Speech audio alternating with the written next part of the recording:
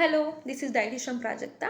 आज आपण जाणून घेऊया डायबिटीज आणि त्या संदर्भातील काही डायटरी गाईडलाईन्स. तर डायबिटीज म्हणजे काय? डायबिटीज मेलिटस व रक्तातील साखर किंवा मधुमेह हा मोस्टली कशा पद्धतीने डायग्नोज करता येतो? तर आपल्या शरीरामध्ये जे ब्लड वेसल असतात, रक्तवाहिन्या असतात, त्या रक्तवाहिन्यांमध्ये अचानक साखरेचं प्रमाण जास्त होणे याला आपण डायग्नोज करून डायबिटीज म्हणून घोषित केलं जातो. तर डायबिटीजमध्ये 3 टाईप्स ऑफ डायबिटीज असतात. त्यामध्ये टाईप 1, टाईप 2 अँड टाईप 3 म्हणजेच प्रेग्नेन्सी डाएटमध्ये डायबिटीज. ओके. तर टाईप 1मध्ये हा मोस्टली पॅनक्रियाज म्हणजे स्वादुपिंडातील beta cell completely lack of insulin तयार करण्याच्या अक्षमतेमुळे प्रामुख्याने टाईप 1 डायबिटीजमध्ये बघण्यास भेटतो. तर त्यामुळे शुगर ब्लड वेसलमध्ये स्टोअर राहू शकत नाही आणि त्यामुळे त्याचा एनर्जी फॉर्ममध्ये यूज होत नाही. त्यामुळे टाईप 1 डायबिटीज होतो. तर टाईप 2 डायबिटीजमध्ये हा आजार एका पिढीपासून दुसऱ्या पिढीकडे शिफ्ट होतो, म्हणजे ट्रान्सफर केला जातो, म्हणजे जीन्स वाईज एका पिढीकडून. जर तुमच्या फॅमिलीमध्ये तुमचे आई वडील भाऊ बहीण चुलते कुणाला पण असेल तर तुम्हाला हाय चान्सेस आहे की तुम्हाला देखील टाईप 2 डायबिटीज होण्याचा. तर टाईप 2 डायबिटीजमध्ये बॉडी इनफ अमाऊंटमध्ये इन्सुलिन तयार करू शकत नाही आणि त्यामुळे बॉडीमध्ये अतिरिक्त प्रमाणात साखर स्टोअर राहते आणि त्या साखरेचं रूपांतर रक्ताच्या ब्लड वेसल्समध्ये गेल्यामुळे टाईप 2 डायबिटीज होतो. यालाच आपण ब्लड शुगर असे देखील संबोधले जाते.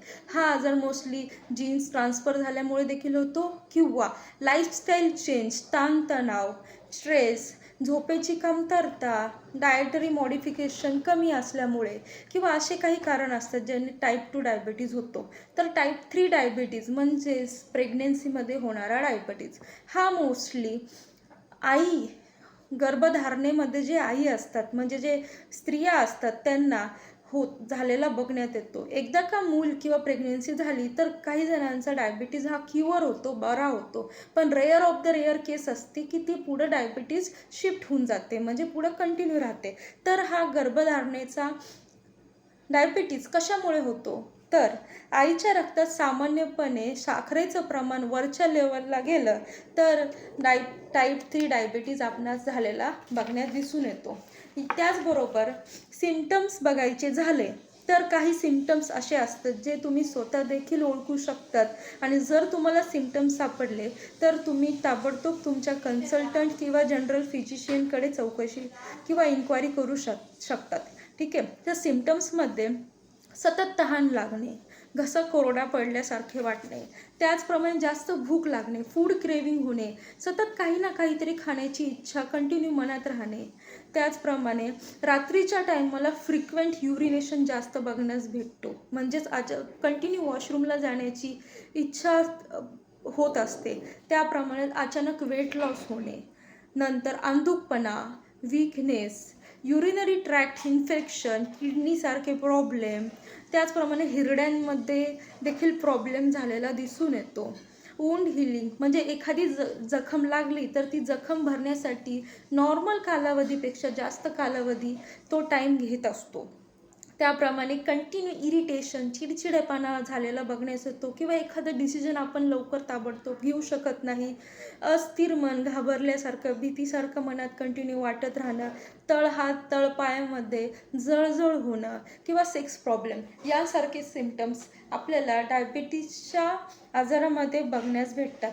तर रिस्क फॅक्टर काय आहेत? म्हणजे एकदा का डायबिटीज झाला तर simultaneously head to toe comorbidity काय काय होऊ शकतं? तर kidney related problem, BP related problem, डोळ्यांचे प्रॉब्लेम, पायांचे प्रॉब्लेम यांसारखे तुम्हाला प्रॉब्लेम होतात.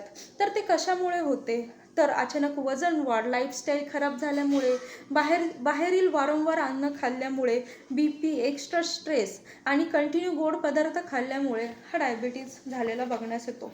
तर त्यामध्ये डाएटमध्ये जर आपण काही विशिष्ट प्रमाणात चेंजेस केले तर तो नक्कीच आपल्याला फरक देईल.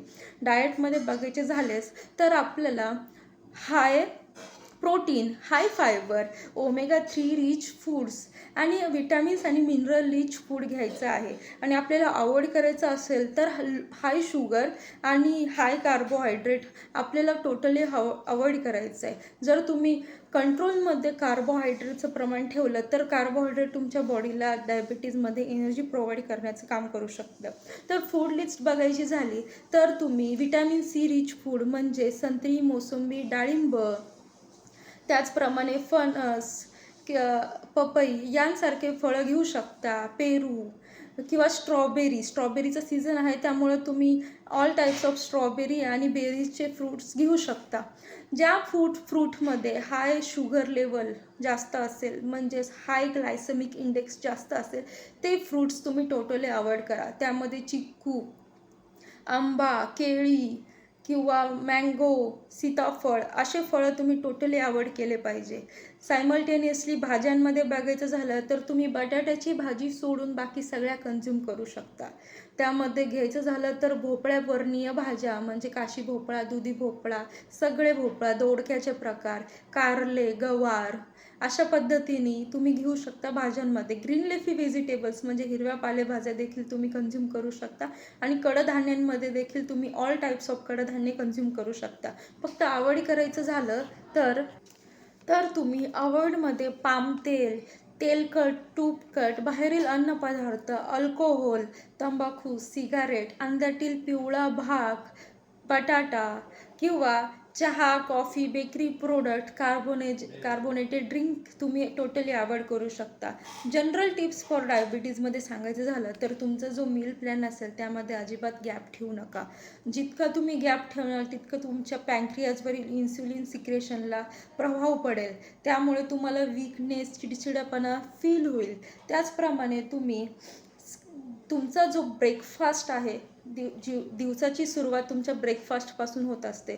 So don't skip your breakfast. This is very important thing की तुमचं पूर्ण दिवस तुमच्या ब्रेकफास्टच्या एनर्जीवर असतं.